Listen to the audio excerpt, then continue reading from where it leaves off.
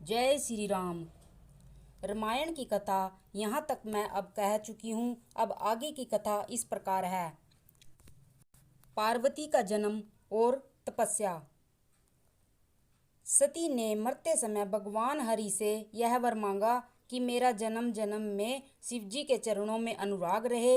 इसी कारण उन्होंने हिमाचल के घर जाकर पार्वती के शरीर से जन्म लिया।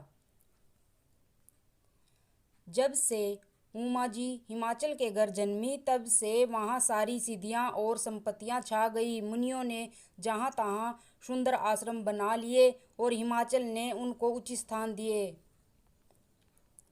उस सुंदर पर्वत पर बहुत प्रकार के सब नए नए वृक्ष सदा पुष्प फलयुक्त हो गए और वहाँ बहुत तरह की मणियों की खानें प्रकट हो गई। सारी नदियों में पवित्र जल बहता है और पक्षी पशु भ्रमर सभी सुखी रहते हैं। सब जीवों ने अपना स्वाभाविक बैर छोड़ दिया और पर्वत पर सभी परस्पर प्रेम करते हैं। पार्वती जी के घर आ जाने से पर्वत ऐसा शोभायमान हो रहा है जैसा राम भक्ति को पाकर भक्त शोभायमान होता है। उस पर्वत राज के घर नित्य नए नए मंगल उत्सव होते हैं जिसका ब्रह्मा आदि यश गाते हैं। जब नारद जी ने ये सब समाचार सुने तो वे कौतुक ही से हिमाचल के घर पधारे। पर्वतराज ने उनका बड़ा आदर किया और चरण धोकर उनको उत्तम आसन दिया।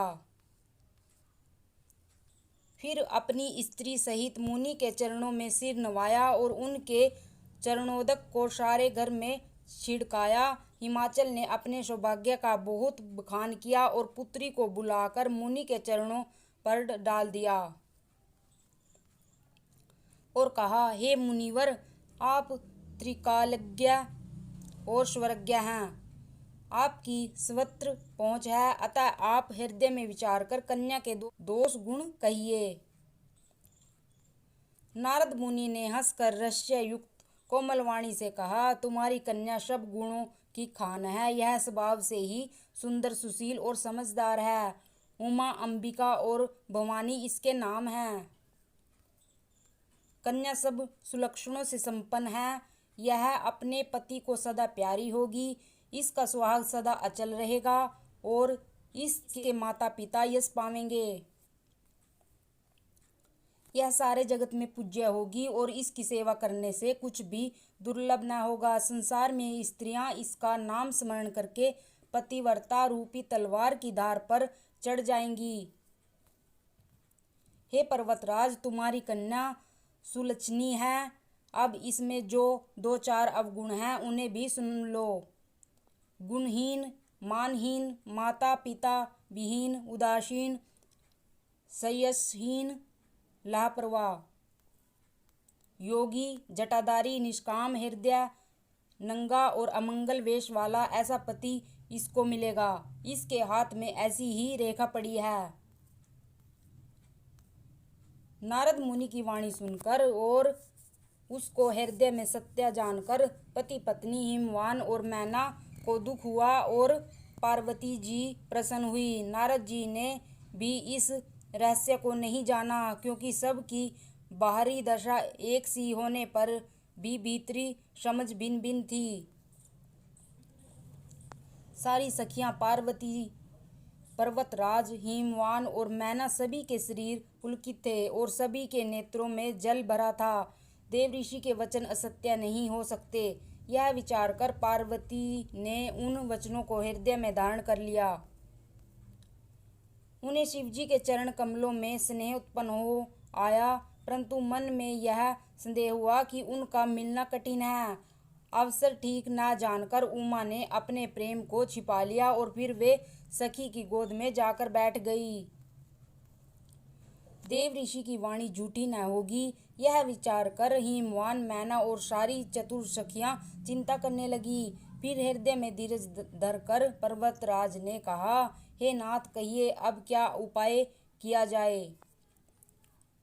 मुनीश्वर ने कहा, हे हिमवान, सुनो, विधाता ने ललाट पर जो कुछ लिख दिया उसको देवता, दानव, मनुष्य, नाग और मुनि कोई भी नहीं मिटा सकते,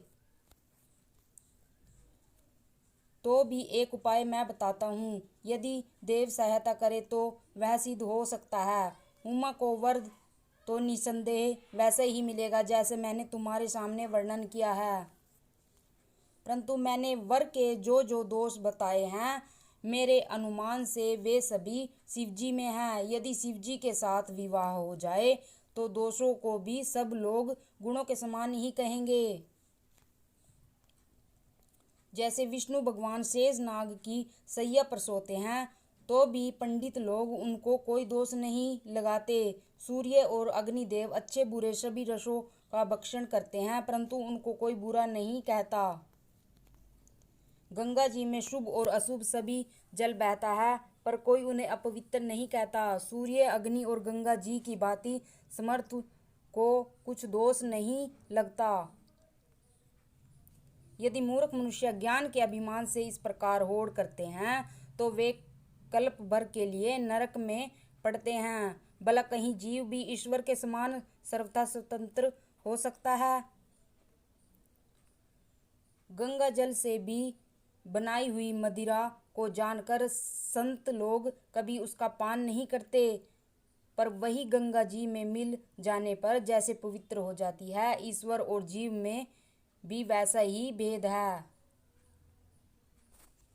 शिव जी सहज ही समर्थ हैं, क्योंकि वे भगवान हैं, इसलिए इस विवाह में सब प्रकार का कल्याण है। परंतु महादेव जी की आराधना बड़ी कठिन है, फिर विक्लेश तप करने से वह बहुत जल्द संतुष्ट हो जाते हैं। यदि तुम्हारी कन्या तप करे तो त्रिपुरारी महादेव जी होनहार को मिटा सकते हैं। यद्यपि संसार में वर अनेक हैं, पर इसके लिए शिवजी को छोड़कर दूसरा वर नहीं है। शिवजी वर देने वाले, शरणागतों के दुखों का नाश करने वाले हैं, कृपा के समुद्र और सेवकों के मन को प्रसन्न करने वाले हैं। शिवजी की आराधना किए बिना करोड़ों योग और जप करने पर भी वांछित फल नहीं मिलता। ऐसा कहकर भगवान का स्मरण करके नारद जी ने पार्वती को आशीर्वाद दिया और कहा कि हे पर्वतराज, तुम संदेह का त्याग कर दो, अब यह कल्याण ही होगा। यूं कहकर नारद मुनि लोक को चले गए। अब आगे जो चरित्र हुआ उसे सुनो। पति को एकांत में पाकर मैना ने कहा, हे नाथ, मैंने मुनि के वचनों का अर्थ नहीं समझा। जो हमारी कन्या के अनुकूल घर, वर और कुल उत्तम हो तो विवाह कीजिए, नहीं तो लड़की चाहे कुमारी ही रहे। मैं अयोग्य वर के साथ उसका विवाह नहीं करना चाहती, क्योंकि हे स्वामिन, पार्वती मुझको प्राणों के समान प्यारी है। यदि पार्वती के योग्य वर न मिला तो सब लोग कहेंगे कि पर्वत स्वभाव से ही जड़ मूर्ख होते हैं। हे स्वामी, इस बात को विचार कर ही विवाह कीजिएगा, जिसमें फिर पीछे हृदय में संताप न हो। इस प्रकार कहकर मैना पति के चरणों पर मस्तक रखकर गिर पड़ी। तब हिमवान ने प्रेम से कहा, चाहे चंद्रमा में अग्नि प्रकट हो जाए, पर नारद जी के वचन झूठे नहीं हो सकते। हे प्रिय, सब सोच छोड़कर श्री भगवान का स्मरण करो, जिन्होंने पार्वती को रचा है, वे ही कल्याण करेंगे। अब यदि तुम्हें कन्या पर प्रेम है तो जाकर उसे यह शिक्षा दो कि वह ऐसा तप करे जिससे शिवजी मिल जाए। दूसरे उपाय से यह क्लेश नहीं मिटेगा। नारद जी के वचन रहस्य से युक्त और सकारण हैं और शिवजी समस्त सुंदर गुणों के भंडार हैं। यह विचार कर तुम मिथ्या संदेह को छोड़ दो। शिवजी सभी तरह से निष्कलंक हैं। पति के वचन सुन मन में प्रसन्न होकर मैना उठकर तुरंत पार्वती के पास गई। पार्वती को देखकर उनकी आंखों में आंसू भर आए। उसे स्नेह के साथ गोद में बैठा लिया, फिर बार बार उसे हृदय से लगाने लगी। प्रेम से मैना का गला भर आया। कुछ कहा नहीं जाता। जगजननी भवानी भवानी जी तो स्वर्गज्ञा ठहरी। माता के मन की दशा को जानकर वे माता को सुख देने वाली कोमल वाणी से बोली, माँ सुन, मैं तुझे सुनाती हूँ। मैंने ऐसा स्वप्न देखा है कि मुझे एक सुंदर गौरव वर्ण श्रेष्ठ ब्राह्मण ने ऐसा उपदेश दिया है। हे पार्वती, नारद जी ने जो कहा है उसे सत्य समझकर तू जाकर तप कर। फिर यह बात तेरे माता पिता को भी अच्छी लगी है। तप सुख देने वाला है, दुख दोष का नाश करने वाला है। तप के बल से ही ब्रह्मा संसार को रचते हैं और तप के बल से ही विष्णु सारे जगत का पालन करते हैं। तप के बल से ही शंभु रुद्र रूप से जगत का संहार करते हैं और तप के बल से ही शेष जी पृथ्वी का भार धारण करते हैं। हे भवानी, सारी सृष्टि तप के ही आधार पर है, ऐसा जी में जानकर तू जाकर तप कर। यह बात सुनकर माता को बड़ा अचरज हुआ और उसने हिमवान को बुलाकर वह स्वप्न सुनाया। माता पिता को बहुत तरह से समझाकर बड़े हर्ष के साथ पार्वती जी तप करने के लिए चली। प्यारे कुटुंबी पिता और माता सब व्याकुल हो गए, किसी के मुंह से बात नहीं निकलती। तब वेद शिरा मुनि के आकर सबको समझा कर कहा। पार्वती जी की महिमा सुनकर सबको समाधान हो गया। प्राणपति शिव जी के चरणों को हृदय में धारण करके पार्वती जी वन में जाकर तप करने लगी। पार्वती जी का अत्यंत सुकुमार शरीर तप के योग्य नहीं था, तो भी पति के चरणों का स्मरण करके उन्होंने सब भोगों तज दिया। स्वामी के चरणों में नित्य नया अनुराग उत्पन्न होने लगा और तप में ऐसा मन लगा कि शरीर की सारी सुध बिसर गई। 1000 वर्ष तक उन्होंने मूल और फल खाए, फिर 100 वर्ष साग खाकर बिताए। कुछ दिन जल और वायु का भोजन किया और फिर कुछ दिन कठोर उपवास किए, जो बेलपत्र सूख कर पृथ्वी पर गिरते थे। 3000 वर्ष तक उन्हीं को खाया।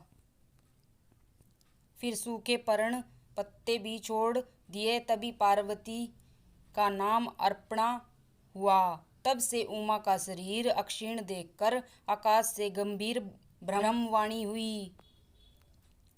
हे पर्वतराज की कुमारी, सुन, तेरा मनोरथ सफल हुआ। अब सारे असहाय क्लेशों को, कठिन तप को त्याग दे। अब तुझे शिवजी मिलेंगे। हे भवानी, धीर मुनि और ज्ञानी बहुत हुए हैं, पर ऐसा कठोर तप किसी ने नहीं किया। अब तू इस श्रेष्ठ ब्रह्मा की वाणी को सदा सत्य और निरंतर पवित्र जानकर अपने हृदय में धारण कर। जब तेरे पिता बुलाने को आवें, तब हट छोड़कर घर चली जाना, और जब तुम्हें सप्तऋषि मिले तब इस वाणी को ठीक समझना। इस प्रकार आकाश से कही हुई ब्रह्मा की वाणी को सुनते ही पार्वती जी प्रसन्न हो गई और हर्ष के मारे उनका शरीर पुलकित हो गया। याज्ञवल्क्य जी भरद्वाज से बोले कि मैंने पार्वती का सुंदर चरित्र सुनाया, अब शिवजी का सुहाना चरित्र सुनो। जब से सती ने जाकर शरीर त्याग किया, तब से शिवजी के मन में वैराग्य हो गया। वे सदा श्री रघुनाथ जी का नाम जपने लगे और जहाँ तहाँ श्री रामचंद्र जी के गुणों की कथाएं सुनने लगे। चिंतानंद, सुख के धाम, मोह मद और काम से रहित शिवजी संपूर्ण लोकों को आनंद देने वाले भगवान श्री हरि श्री रामचंद्र जी को हृदय में धारण कर भगवान के ध्यान में मस्त हुए पृथ्वी पर विचरने लगे। वे कहीं मुनियों को ज्ञान उपदेश करते और कहीं श्री रामचंद्र जी के गुणों का वर्णन करते थे। यद्यपि सुजान शिवजी निष्काम है, तो भी वे भगवान अपने भक्त सती के वियोग के दुख से दुखी हैं।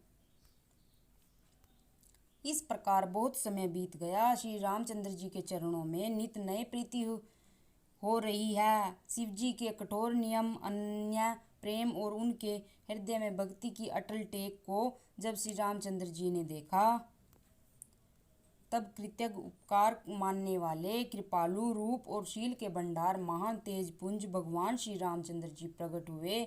उन्होंने बहुत तरह से शिव जी की सराहना की और कहा कि आपके बिना ऐसा कठिन व्रत कौन निभा सकता है। श्री रामचंद्र जी ने बहुत प्रकार से शिव जी को समझाया और पार्वती जी का जन्म सुनाया। कृपा निदान श्री रामचंद्र जी ने विस्तार पूर्वक पार्वती जी की अत्यंत पवित्र करनी का वर्णन किया। जय श्री राम।